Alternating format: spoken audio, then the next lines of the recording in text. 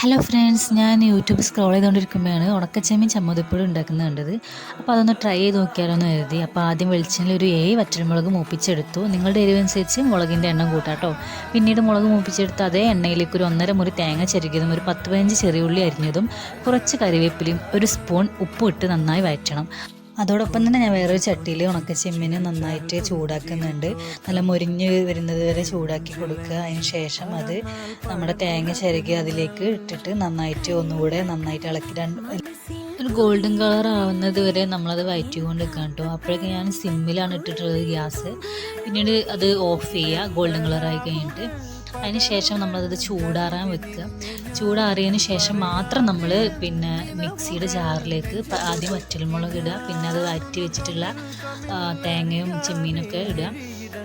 എന്നിട്ട് അത് നമ്മൾ ജസ്റ്റ് ഞാൻ ഒരു 2-3 പ്രാവശ്യം മിക്സിയിലിട്ട് ക്രഷ് ചെയ്തിട്ടുള്ളൂ കേട്ടോ. നമ്മൾ ചമ്മന്തിപ്പൊടി അല്ല ഉണ്ടാക്കുന്നത്, ചമ്മന്തി അല്ലല്ലോ. അപ്പം നമ്മൾ ഈ ഒരു ഇപ്പം ഇതിൽ കാണുന്ന ആ ഒരു അളവിന് അരച്ചാൽ മതി. 2-3 പ്രാവശ്യം ക്രഷ് ചെയ്താൽ മതി. ഞാൻ അങ്ങനെ ചെയ്തിട്ടുള്ളത്. അപ്പോൾ നന്നായിട്ട് അരക്കരുത്. നല്ല ടേസ്റ്റാണ് കഴിക്കാനായിട്ട്. നമുക്ക് ചോറിൻ്റെ കൂടെ അല്ലാതൊക്കെ കഴിക്കാൻ നല്ല ടേസ്റ്റാണ്. അപ്പോൾ എല്ലാവരും ഒന്ന് ട്രൈ ചെയ്ത് നോക്കുക. Okay, by.